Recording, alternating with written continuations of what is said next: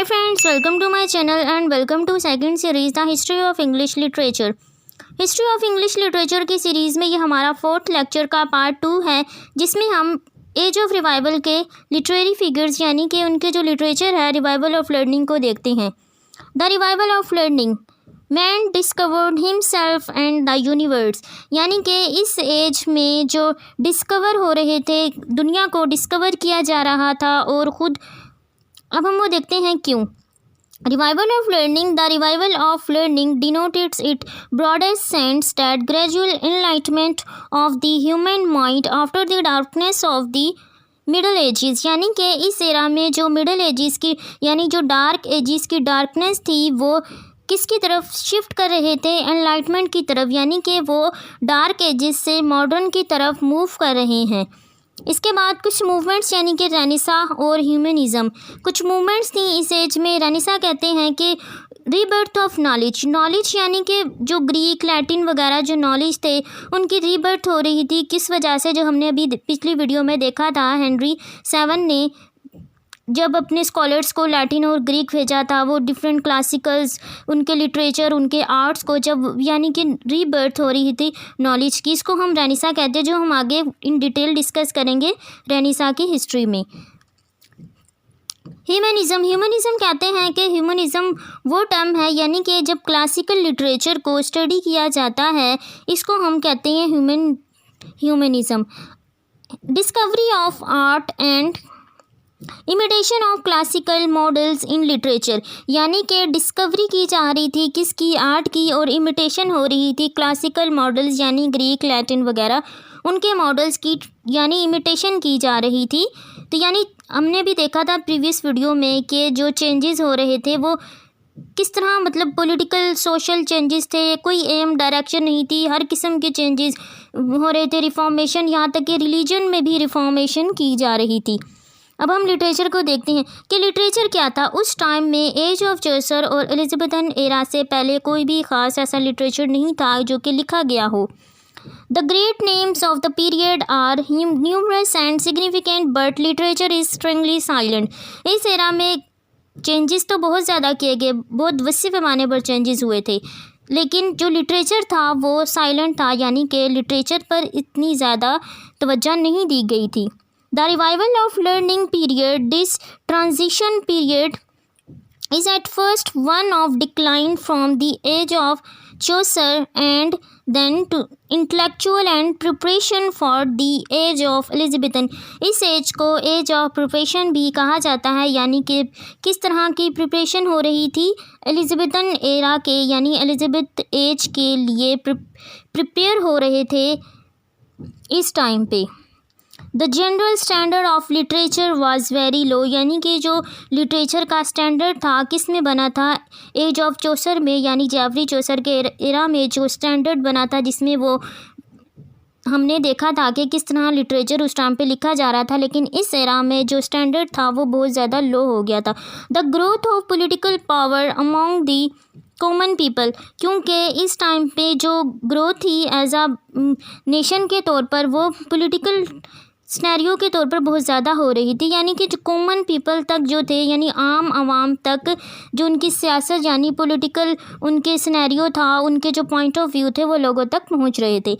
अब लिटरेचर क्यों लिखा गया था, वो कौन कौन सी कॉजेज़ थी। द लॉन्ग वार थी, फ्रांस एंडिंग, यानी जो वार हमने 100 ईयर वार देखी उसके बहुत ज़्यादा इफ़ेक्ट थे, जिसकी वजह से लिटरेचर नहीं लिखा जा रहा था। इसके बाद दूसरी कॉज ये है कि जो वार ऑफ द रोजेज़ लड़ी गई थी, हमने उसको देखा, वो बहुत ज़्यादा, जिसने पोइट्री और दूसरे जो लिटरेचर था उसको बहुत ज़्यादा इफ़ेक्ट किया, क्योंकि लोग पॉलिटिकल की यानी सियासत की तरफ तवज्जो देने लगे थे रादर दैन लिटरेरी वर्क यानी लिटरेचर की तरफ। इसके बाद रिफॉर्मेशन हुई, जो कि हमने देखा था मार्टिन लूथर की तरफ से रिलीजन में रिफॉर्मेशन लाई गई, जबकि कुछ तब्दीलियाँ मज़हब में लाई गई। इसकी वजह से कुछ लिटरेचर नहीं लिखा गया था, और कुछ क्वेश्चंस थे वो क्यों गए थे, क्योंकि ब्लैक डेथ, जैसे कि हमने एज ऑफ चौसर में देखा था कि ब्लैक डेथ की वजह से 1/3 पॉपुलेशन इंग्लैंड की जो थी वो तबाह हो गई थी।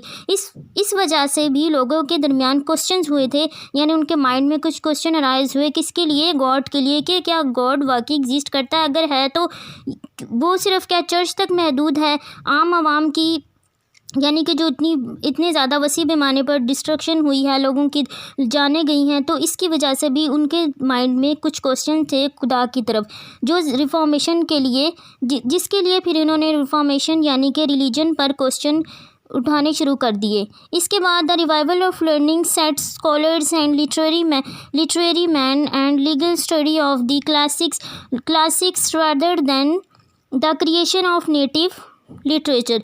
यानी कि इस एरा में क्या था कि क्लासिक यानी जो उनके नेटिव लिटरेचर है उनके अपने कंट्री का, उसकी बजाय वो क्लासिक्स यानी दूसरे ग्रीक लैटिन उनको पढ़ना शुरू किया, उनके मॉडल्स को इमिटेट कर रहे थे। द रिवाइवल ऑफ यानी कि अब हमने इसमें देखा कि कौन कौन सी कॉजेज़ थी जिसकी वजह से इस एरा में लिटरेचर नहीं लिखा गया था। यानी कि वो क्या ह्यूमनिज़म यानी जो क्लासिकल थी वो यहाँ पर क्लासिकल लिटरेचर को, उनके मॉडल को यहाँ पर वो लाना शुरू किया, स्टडी करने लग गए। तो इस सब की वजह से सबसे ज़्यादा इफ़ेक्ट किसको हुआ? लिटरेचर को। यानी कि इस एरा में कोई ऐसा ख़ास लिटरेचर नहीं था। बस कुछ वर्क्स हैं जिनको अब हम देखते हैं। सबसे पहले देखते हैं रॉजर एशम में टॉक्सोफिलिस, यानी कि ये वो बुक थी जो कि लिखी गई थी किसके ऊपर? स्कूल ऑफ शूटिंग पर लिखी गई थी। यानी कि स्कूल ऑफ शूटिंग पर ये बुक लिखी गई थी रॉजर एशम की तरफ से। इसमें इन्होंने आर्चरी पर लिखा है, यानी शूटिंग पर। इसके बाद सेकंड देखते हैं। सेकंड हम देखते हैं इरास्मस जो थे एज अ कैथोलिक प्रीस्ट थे। Erasmus was a important figure in classical scholar, यानी कि वो मोस्ट इम्पोर्टेंट फिगर थे क्लासिकल स्कॉलर के। और वो जो उनका राइटिंग स्टाइल हो वो प्योर लैटिन स्टाइल में लिखा करते थे। इसके अलावा वो यानी कि इन्होंने किसको क्रिटिसाइज़? चर्च की जो प्रैक्टिसेस थी इसको इन्होंने क्रिटिसाइज़ किया था। उनकी सुपरस्टिशंस और उनकी जो प्रैक्टिसेस थी उसको वो क्रिटिसाइज़ किया, यानी उसके ऊपर सटायर किया करते थे। इसके अलावा वो ग्रेटेस्ट फिगर थे जिसके रेनेसां ह्यूमनिस्ट मूवमेंट के ग्रेटेस्ट फिगर थे। इसके बाद थर्ड हम देखते हैं थॉमस मोर। थॉमस मोर कौन थे? थॉमस मोर जो थे वो first person who wrote on Utopia, यानी कि इन्होंने अटोपिया लिखा, वो यानी जो आइडियल वर्ड होती है इन्होंने सबसे पहले मतलब ये यूज़ किया था। इमेजिनरी वर्ड यानी फिक्शन टाइप इनका वर्क था। इसमें इन्होंने ये हमें बताया था कि वो ऐसी मतलब चर्च और उसको वो ज़्यादा क्रिटिसाइज़ किया, और वो ऐसी फर्स्ट टाइम इन्होंने इंट्रोड्यूस करवाया था सिविलाइज सोसाइटी को अपने वर्क में। यानी कि एक सिविलाइज सोसाइटी किस तरह होनी चाहिए इसको सबसे पहले थॉमस मोर ने ही इंट्रोड्यूस करवाया था। यानी यूटोपिया वर्ड इन्होंने यूज़ किया था फर्स्ट टाइम, और वो हम एक किस तरह की सोसाइटी होनी चाहिए वो हमें ये बताना चाह रहे थे। और थ्री ऐसे जो ग्रेट वर्ड्स थे यानी लिबर्टी, इक्वलिटी एंड फ्रेटर्निटी, ये वो वर्ड्स थे जो कि फ्रेंच रेवोल्यूशन का मोटिव बने थे। इसको सबसे पहले थॉमस मोर ने ही अपनी राइटिंग में यूज़ किया था। यानी कि इसमें इन्होंने जो वर्ड यानी कि वो इस तरह की इमेजिनेटिव वर्ल्ड क्रिएट करना चाह रहे थे जिसमें एक सिविलाइज सोसाइटी हो, जो लोगों की प्रैक्टिसेस हैं यानी कि जो सीन है उस सबसे वो सोसाइटी जो है वो फ्री हो। इसके बाद हम देखते हैं विलियम टिंडेल कौन थे? इन्होंने बाइबल को ट्रांसलेट किया था। बाइबल को ट्रांसलेट पहले भी हम देखा है किसने किया था, लेकिन इन्होंने ये फर्स्ट वो थे जिनको ये सहूलत थी कि वो इसको प्रिंट फॉर्म में ला सकें।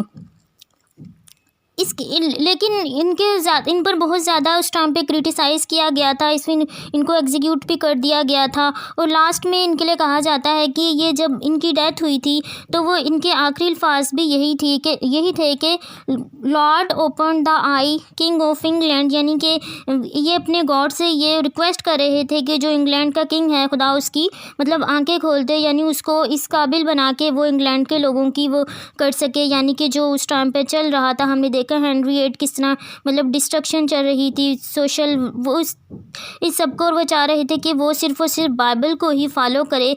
इसके लिए इन्होंने बाइबल को भी ट्रांसलेट किया था। अब हम आगे देखते हैं फर्दर थॉमस फोर्ड। ये कौन थे? थॉमस फोर्ड वो थे जिन्होंने फर्स्ट टाइम इसमें इंग्लिश में, यानी कि ये एम्बेसडर भी थे और पॉलिटिशियन भी थे, पोइट भी थे। इन्होंने फर्स्ट टाइम सोनेट को यानी इंट्रोड्यूस करवाया था इंग्लिश लिटरेचर में, इसलिए इनको कहा जाता है कि ये फादर ऑफ इंग्लिश सोनेट भी हैं। इसके बाद जो अर्ल ऑफ सरे, इन्होंने ब्लैंक वर्सेस यानी कि वो पोइट्री जो ब्लैंक अनराइम फॉर्म में लिखी जाती है, इसको सबसे पहले इन्होंने ही इंट्रोड्यूस करवाया था। थॉमस फॉर्ड और अर्ल ऑफ सरे ने जो ब्लैंक वर्ड्स और सोनेट को इंग्लिश में इंट्रोड्यूस करवाया था, इन दोनों के कलेक्शन से एक जो एंथोलॉजी पब्लिश करवाई गई थी टोटल मिसलिनी के नाम से, first printed anthology of English poetry, यानी कि फ़र्स्ट पब्लिश इसको किसने किया था? रिचर्ड टोटल ने 1557 में इन लंदन में इसको पब्लिश करवाया था, जिसमें कलेक्शन थी सॉन्ग्स की और सोनेट्स की, यानी इसमें कुछ सॉन्ग्स थे और सोनेट थे जो कुछ राइटर्स के कॉम्बिनेशन से उसमें कलेक्ट किए गए थे, यानी उसका कलेक्शन थी जो कि रिचर्ड ने इसको पब्लिश करवाया था। इस वीडियो में हमने age of revival of learning को देखा कि एज ऑफ रिवाइवल क्या थी और रिवाइवल ऑफ लर्निंग और कुछ उनके जो राइटर्स यानी मेजर वर्ड्स हैं, इसको हमने देखा। Next video history of English literature के एलिजाबेथन एरा पर होगी, जिसमें हम golden period of English literature को डिस्कस करेंगे। I hope you have understood